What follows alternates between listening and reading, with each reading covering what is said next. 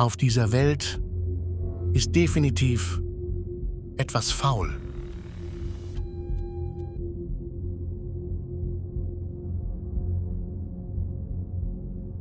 Manchmal ist es extrem einfach, eine große Anzahl von Menschen zu manipulieren, sodass es fast keinen Unterschied zwischen solchen Manipulationen und dem Training eines ganz normalen Hundes gibt. Natürlich sind Menschen kompliziertere Wesen und daher ist die Manipulation komplexer, aber im Grunde ist sie der Konditionierung eines jeden Tieres ebenbürtig.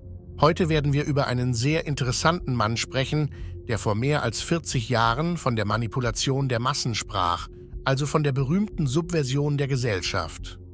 Was diesen Mann von der Menge anderer Leute unterscheidet, die über ähnliche Dinge reden, ist die Tatsache, dass dieser Mann ein KGB-Agent war. Verantwortlicher für diese Art von Subversion und Manipulation der Gesellschaft.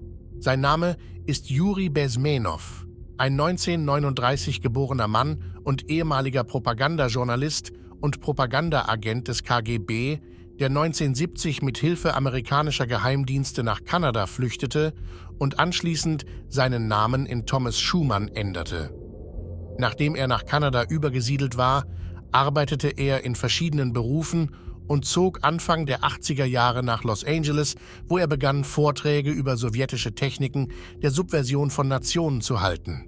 Er hat viele Bücher geschrieben und viele Vorträge gehalten.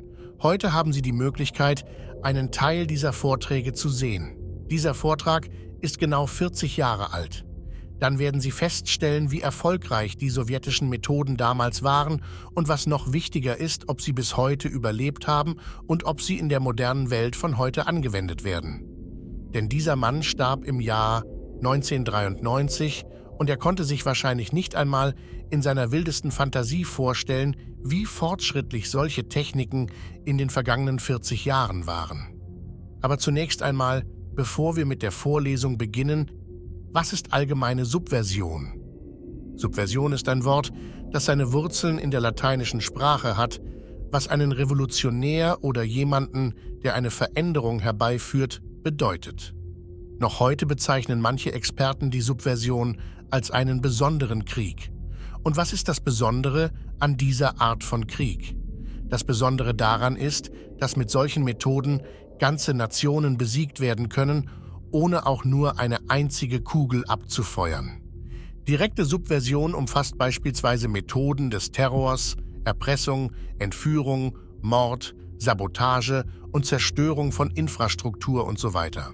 Die indirekte Subversion, über die wir heute sprechen werden, ist eine Methode, mit der eine Nation ohne klassische Kriegshandlungen gestürzt werden kann.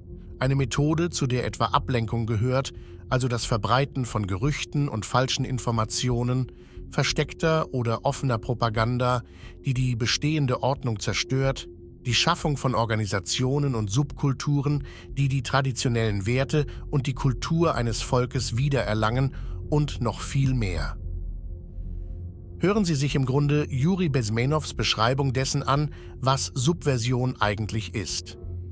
The basics of subversion is being taught to every student of KGB school in USSR and to officers of military academies. I'm not sure if the same author is included in the list of reading for American officers, to say nothing about ordinary students of political science.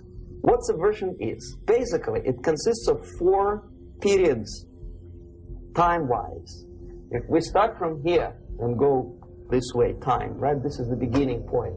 The first stage of subversion is the process which is called, basically, demoralization. It says for itself what it is.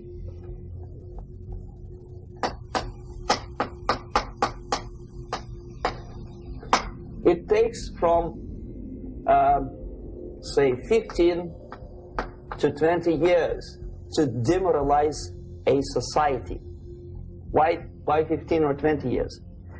This is the time sufficient to educate one generation of students or children. One generation, one lifetime span of a person, a human being, which is dedicated to study, to shaping up the outlook, ideology, personality.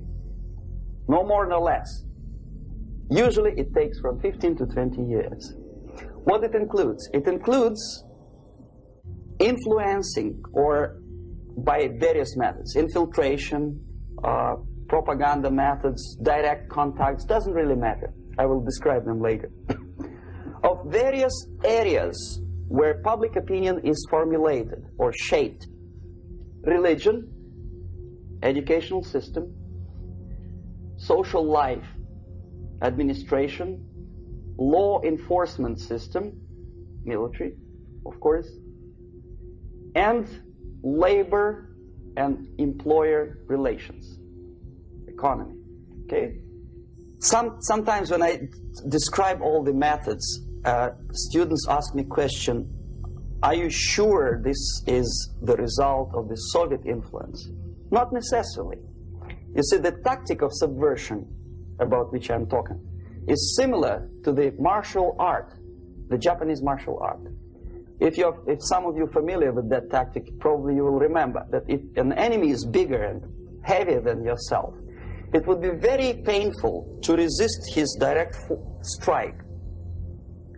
If a heavier person wants to strike me in the face, it would be very naive and counterproductive to stop his blow. The Chinese and Japanese judo art tells us what to do. First to avoid the strike, then to grab the fist and continue his movement in the direction where it was before, right? Until the enemy crashes in the wall. You see? So, what happens here? The target country obviously does something wrong. If it's a free democratic society, there are many different movements within the society. There are obviously, in every society, there are people who are against this society. They may be simple criminals, ideologically in disagreement with the state policy, conscientious enemies, simply psychotic personalities who are against anything, right? And finally, there are a small group of agents of a foreign nation, bought, subverted, recruited, right? The moment all these movements will be directed in one direction, right? This is the time to catch that movement and to continue it until the movement forces the whole society into collapse, into crisis. Denken Sie in diesem Moment an eine Art von Bewegung, an eine Idee, die in den vergangenen Jahren als eine Art Ideologie vorangetrieben wurde, die für die Entstehung von Krisen in der Gesellschaft, der Wirtschaft, der Industrie und dem Energiesektor verantwortlich ist?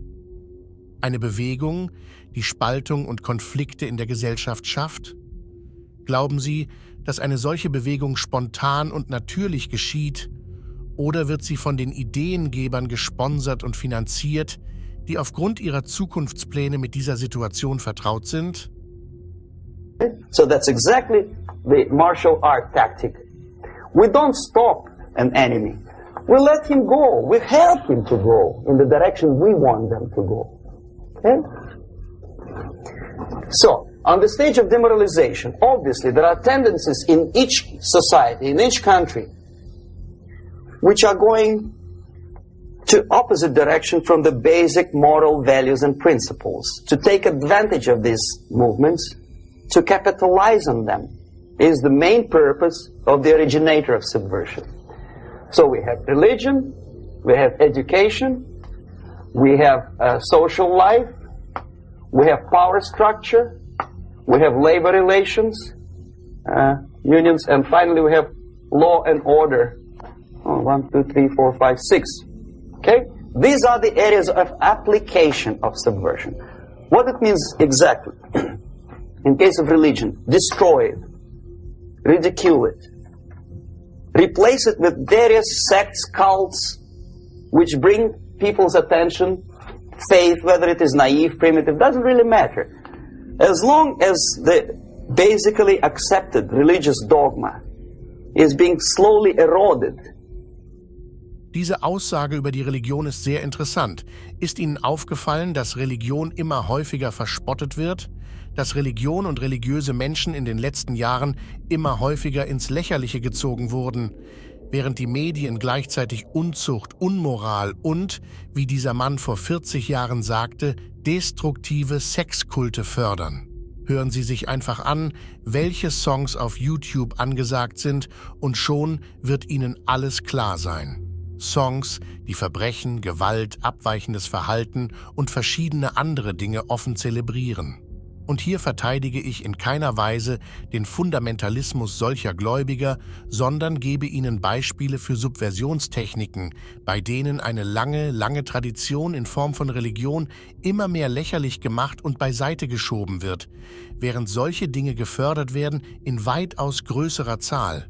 Denn auch wenn Juri Bezmenov in diesem Vortrag nicht darüber redet, wäre Religion selbst eine Art Subversion.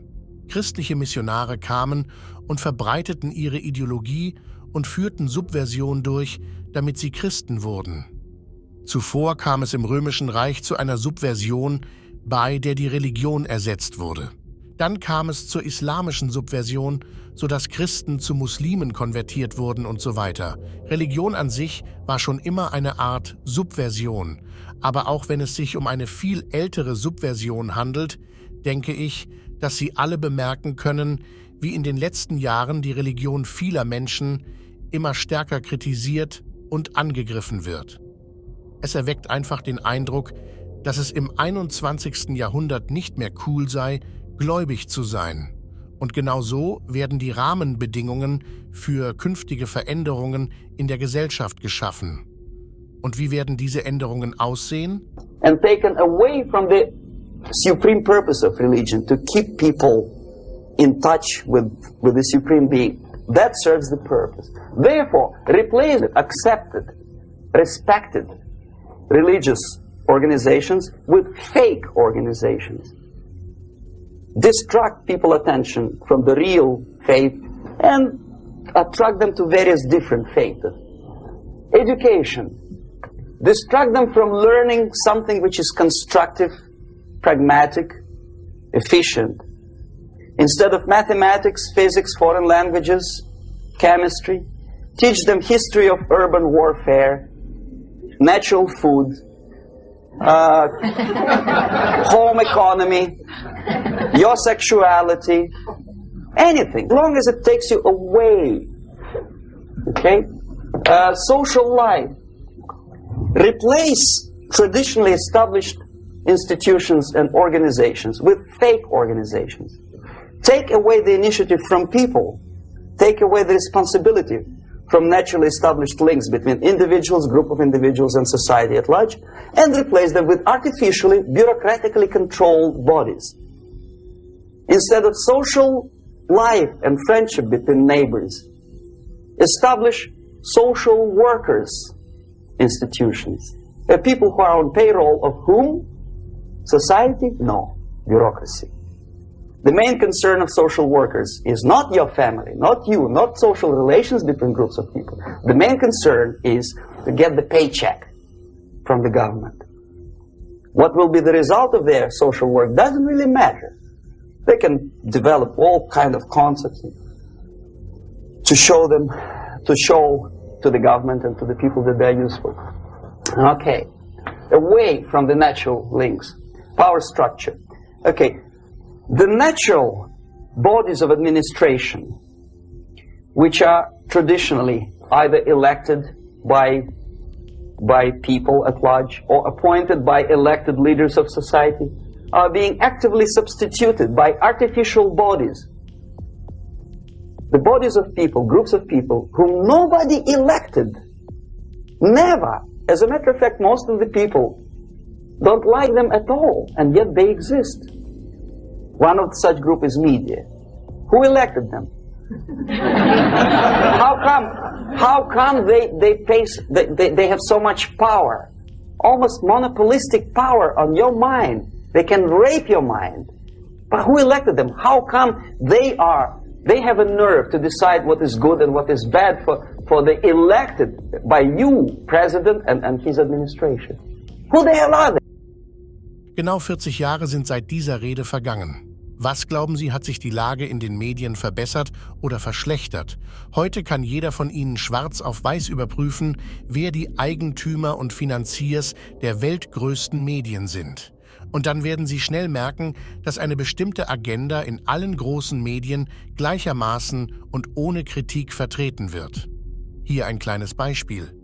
In dem Land und den Ländern der westlichen Welt, und hier reden wir nicht vom buchstäblichen physischen Westen, sondern vom kulturellen Westen, der seit Monaten in Artikeln, die nicht einmal als Werbeartikel getarnt sind, offen gefördert wird, Insekten zu verzehren. Sie werden oft Gelegenheit haben, im Fernsehen viele Reportagen darüber zu sehen, warum Insekten gut für die Umwelt sind, dass es nichts Schlimmes gibt, Insekten zu essen. Und Sie werden sogar fantastische Rezepte zum Essen dieser Tiere lesen. Die überwiegende Mehrheit der Mainstream-Medien hat ausnahmslos eine und dieselbe Geschichte, in der man keinen einzigen kritischen Artikel zu diesem Thema lesen kann. Wie kann das sein? Und wer sponsert solche Inhalte? Ich glaube, Sie kennen alle die Antwort. Es ist mir absolut egal, was jemand isst, denn fast die Hälfte der Welt isst ohnehin schon Insekten. Aber diese Art von Agenda in Ländern und Gesellschaften voranzutreiben, die kulturell noch nie so etwas gegessen haben, ist etwa dasselbe, als würde man so eine Art von Agenda in Saudi-Arabien vorantreiben. Dies ist nur ein kleines Beispiel für Subversion in den Mainstream-Medien, wenn eine bestimmte Agenda vertreten wird. Es gibt eine ganze Reihe solcher Agenden, aber wie ich bereits sagte, kann ich nicht über alles sprechen. They think they know. They don't. The level of mediocrity in a big establishment like New York Times, Los Angeles Times, major television network, you don't have to be excellent journalist. You have to be exactly a mediocre journalist. That's easier to survive. There's no competition anymore. You have your good, nice income, $100,000 a year. That's it. Whether you are better or worse doesn't really matter anymore. As soon as you are smiling to the camera and do your job. That's it. No more competition. Power structure slowly is eroded by the bodies and groups of people who do not have neither qualification nor the will of people to keep them in power, and yet they do have power. Okay. Together with that, there is another process. Law enforcement, law and order organization and structure is being eroded. For the last 20, 25 years, if you see old movies and new movies, you can see that in new movies, a policeman, an officer of the United States Army looks dumb, angry, psychotic, paranoid.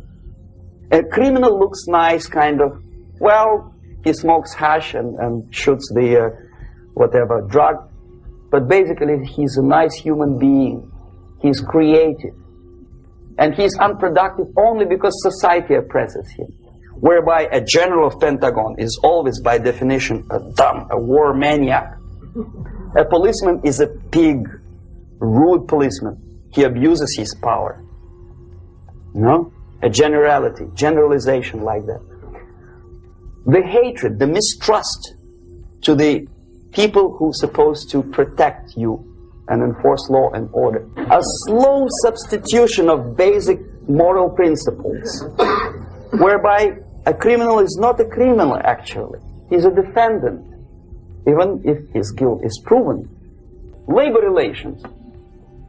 At this stage, within 15 to 20 years, we destroy the traditionally established links of bargaining between employer and employee. The classical Marxist-Leninist theory of natural exchange of goods. A person A has 5 sacks of grain and person B has 5 pairs of shoes. And the natural exchange without money is when they bargain between each other. And only with the introduction of the third force, C, an entirely third foreign stranger who says, no, don't give him 5 sacks of grain, give it to me. And you give me your 5 pairs of shoes and I will distribute it accordingly. So that the economy will go. This is the death of natural exchange, death of natural bargaining. Well, trade unions were established 100 years ago. The objective was to improve working conditions and to protect the rights of workers from those employers who were abusing their right because they had more money. Objectively, at that time, initially, the trade union movement did work. What we see now is that the bargaining process is no longer resulting in the compromise, which is leading objectively to betterment of working conditions and increase of salary. What we see is that after each prolonged strike, the workers lose. Even if they have 10% increase of their salaries, they cannot catch up due to inflation and due to missed time. More than that, millions of people suffer from that strike because economy now is interdependent. It's intertwined like one body. If previously steel workers, say 100 years ago, could strike and nobody would suffer, now it's impossible anymore. If a garbage collector strikes today, the rest of the multi-million city is stinking. I mean, there's no more service. Das ist eine fantastische Sache, die viele Menschen nicht verstehen. Vielen ist nicht bewusst, dass Streiks und Proteste für mehr Rechte und höhere Löhne eigentlich nicht den gewünschten Effekt erzielen. Sagen Sie mir, erhöht sich Ihr Gehalt jedes Jahr um 5 oder 10%? Für viele Leute steigt es nicht. Die Inflation, die in den vergangenen Jahren herrschte und ihr Geld zusammen mit den rasanten Preisen entwertet hat ihr Geld viel weniger wert gemacht. Sie protestieren und fordern höhere Löhne und bessere Bedingungen. Ihnen wird eine Gehaltserhöhung von 10% gegeben. Sie sind davon überzeugt, dass sie nicht merken, dass ihre Arbeitsbedingungen gleich geblieben sind oder noch schlimmer, dass die Inflation ihre Gehaltserhöhung aufgefressen hat. Es geht ihnen nicht besser, sie können nicht einmal die gleichen Bedingungen aufrechterhalten, sondern sie sind noch schlimmer. Die meisten Arbeitnehmer befinden sich in einem ewigen Schwebezustand, aus dem sie nicht herauskommen, und nun fragen sie sich, warum das so ist. In Quebec, for example, we had the electricians who were on strike in the middle of winter. You can freeze your bottom, and they still were on strike. Did they catch up with the salary? No, they lost. Who benefited? The leaders of trade union. What is the motivation for strike? Improving a workers' condition? No, obviously it's not. Then what is it? Ideology. To prove to these capitalists. And the obedient horde of workers, like sheep, follow these people. And they cannot disobey. Why? Because if they do, you know what happens to them. Pickets, murders, shooting truck drivers by picketers. In Montreal, for example, I saw with my own eyes when I was correspondent of CBC International, Canadian Broadcasting Corporation, when the workers of aircraft factory destroyed computers and the equipment in the factory. And the administration employed strike breakers. Their cars were turned upside down and burned. Their houses were burned. Their kids were intimidated, and some victims were there. Of that we can be sure. Why? To improve conditions of workers? No. Ideology. Okay, so this is what happens basically. It may or may not happen without the help of the Soviet Union. But the natural tendencies are being greatly taken advantage of and capitalized by the Soviet propaganda systems. How? Whenever trade union strikes, we have influx of propaganda, mass media, ideological dissemination. The workers' right, and we repeat it like parrots. Yes, workers' right. Whose rights? Workers? No. The only freedom of worker to sell his labor according to his own desire and will is taken away from him. By whom? By trade union boss.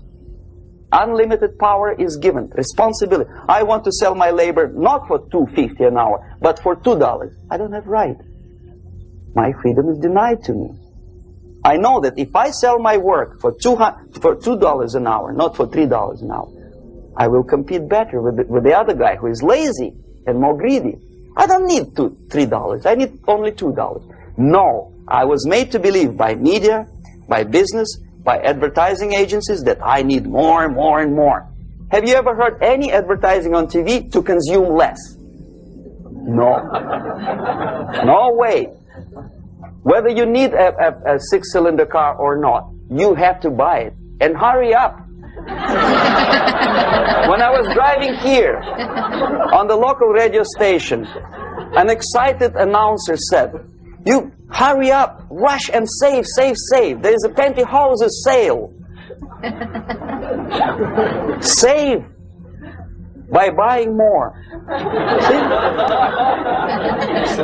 In Echtzeit können Sie diesen Moment miterleben.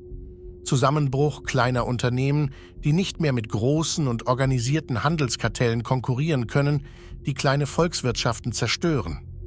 Wie viele kleine Geschäfte sind in den letzten 15 bis 20 Jahren nach dem Aufkommen großer, den Markt dominierender Einkaufszentren gescheitert? Ich denke, jeder von euch kennt mindestens ein paar Nachbarschaftsläden, die schließen mussten. Daher gab es in großen Einkaufszentren eine große Auswahl und niedrigere Preise, aber auch einen Konsum der schlimmsten Art, bei dem man statt hochwertiger, lokaler und einheimischer Produkte anfing, den gewöhnlichsten Müll zu essen und zu trinken, was später natürlich enorme Folgen für die globale Gesundheit hatte.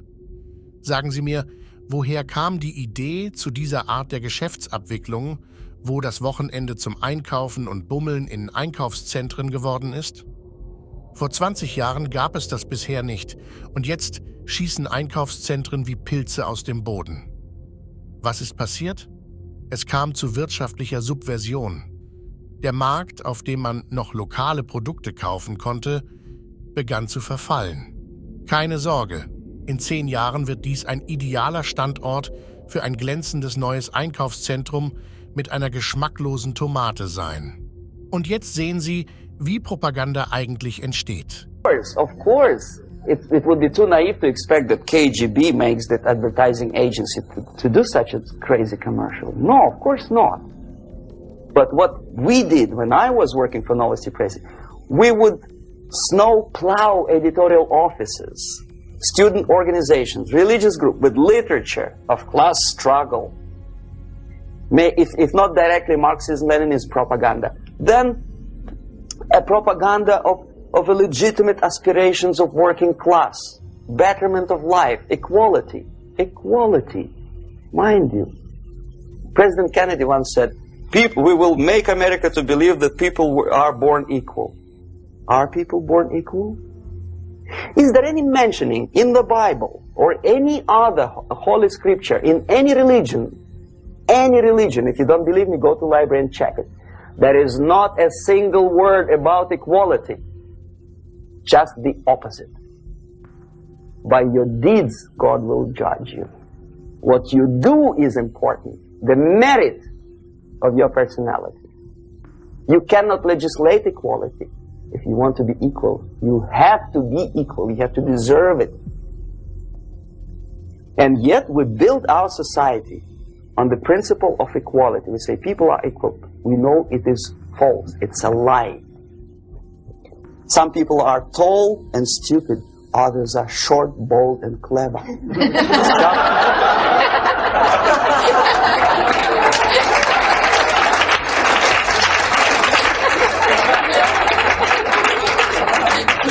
If we make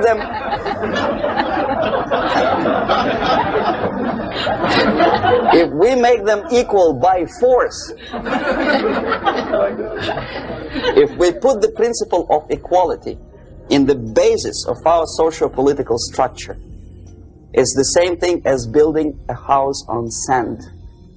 Sooner or later it will collapse, and that's exactly what happens. Wenn die Gesellschaft demoralisiert ist, wenn zuvor unmögliche Dinge wie gerechtfertigte Gewalt zur Normalität geworden sind, obwohl Gewalt niemals gerechtfertigt werden kann, wenn die Gesellschaft zerbrochen und gespalten ist, wenn es viele Gruppen gibt, die einander nicht ausstehen können und in Konflikt geraten, dann ist die Gesellschaft bereit für Destabilisierung und Zusammenbruch. Inmitten dieser Art lokaler und globaler Destabilisierung tauchen plötzlich überall auf der Welt neue und junge Führungskräfte auf. Oder wie dieser Mann sie nennen würde. Mention now names like Mrs. Merkel, even Vladimir Putin and so on. They all have been young global leaders of the World Economic Forum. But what we are very proud of now, the young generation, like Prime Minister Trudeau, President of Argentina and so on, that we penetrate the cabinets.